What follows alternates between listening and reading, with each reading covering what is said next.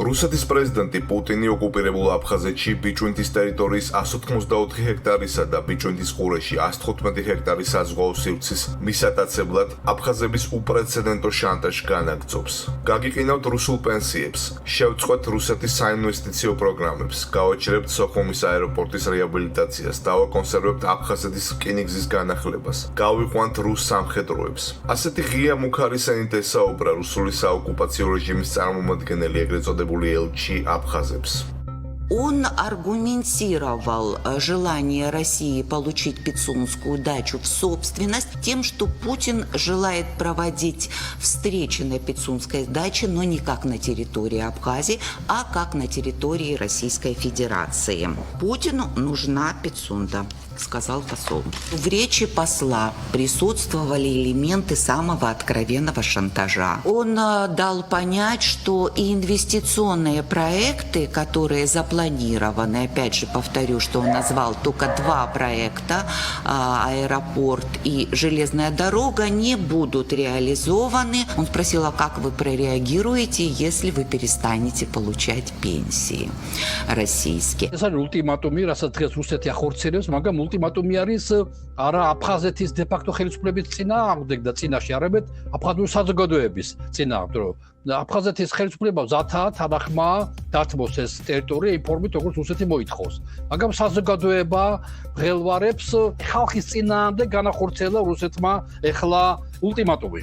რომ მე გადაკიკეტავთ ჟანგბადს, არ მოგცემთ ფულს, გავიყვან ბაზებს, ზღაპარია ბაზებს, მაგრამ არ გაიყვანენ არასდროს. რუსეთმა გადაწყვიტა ეხლა წასულიყო გარკვეულწილად შანტაჟზე, მუქარაზე, ულტიმატუმზე და დაეწყო ესე ნაბიჯ-ნაბიჯ თუ ლუკმა აფხაზეთის ტერიტორიის მითვისება, რაც პირველი და ეს არ არის, ეს არ იქნება უკანასკნელი, პირველი ასეთი სერიოზული ტერიტორიული ლუკმა, ეს არის ბიჭვინთის ეს ნაკრძალი. ბიჭვინთის ტერიტორია, რომლის მიერთებასაც რუსეთი დაჟინებით ცდილობს, აფხაზეთის ოკუპაციის, ანუ 1993 წლიდან ისედაც რუსეთის ფედერალური დაცვის სამსახურის დაქვემდებარებაშია. ტერიტორია, სადაც საბჭოთა ლიდერის ხრუშჩოვის პერიოდში აშენებული 3 ყოფილი საბჭოთა აგარაკი, აუზით და დამხმარე ნაგებობები მდებარეობს, დიდი ბეტონის კედლებით და მართულხლართებით არის შემოსაზღვრული, რომელსაც რუსი ოკუპანტები იცავენ. ყველგან დგას ვიდეო სათვალთვალო სისტემები. მართულხლართებით არის ჩაკეტილი ულამაზესი ზღვის სანაპიროც, სადაც აფხაზებსაც არ უშვებენ. Это та самая береговая зона, которая относится к территории госдачи. Пицунда – это курортный город, и каждый год сюда приезжает множество туристов.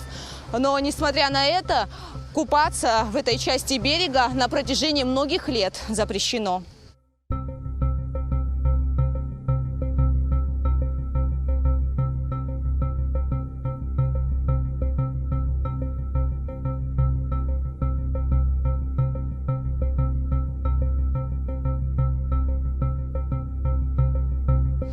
რუსეთის პრეზიდენტი პუტინი ბოლოს ოკუპირებულ ბიჭვინთაში 2017 წელს იყო ჩასული. სეპარატისტების მაშინდელი ლიდერი ჰაჯიმბა პუტინმა სწორედ ხრუშჩოვის სახელმწიფო აგარაკზე მიიღო. დღეს ბიჭვინთის ამ ნაწილის რუსეთისთვის გადაცემას ჰაჯიმბაც ეწინააღმდეგება და ამბობს, რომ თუ ბიჭვინთა დათმეს, სხვა საკითხებში მოუწევთ უკან დახევა.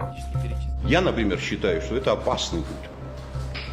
Если мы закроем глаза на Пицунду, завтра нам предложат вопросы, связанные с продажей земли.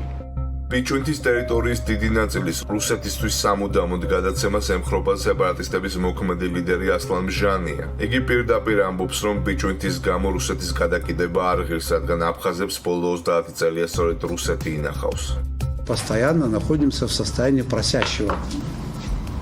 Мы постоянно просим. Выезжают туда министры, просят.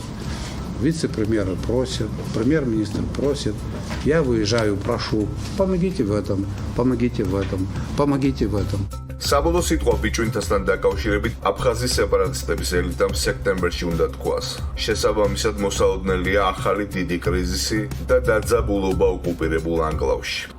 მაგ შეიძლება მართლაც შეუწყვილოს ფულის მიცემა, დასაჯოს და ამ ფონზე შეიძლება გამოიწვიოს აფხაზეთში ქვია უკმაყოფილება ბუნებრივია და მნიშვნელოვანია საზოგადოება საერთოდ გადაიხრება ასე დროს. მას მართლა ეშინია დაკარგოს სერიოზული გავლენები შავ ზღვაზე. და ამ ფონზე ეხლა როცა ბიჭვინთის ტერიტორიას მიითვისებს მარტო ბიჭვინთაში ლაპარაკი არა, ის მაქსიმალურად უკვე არსებითად ითვისებს აფხაზეთს, უკვე იწყებს აფხაზეთის ანექსიას. რატომ არ არის შესაძლებლობა რომ ქართული და აფხაზური ხმა ერთად ისმოდეს ბიჭვინთის დასაცავად? აფხაზები გაკვირვებულები არიან, რატომ არ იღებს ქართული მხარე ხმას? ეს ხომ ჩვენი ტერიტორიებია. ეს ხომ ისევე ჩვენია, როგორც აფხაზებისა. ქართული სახელმწიფოს ტერიტორიები.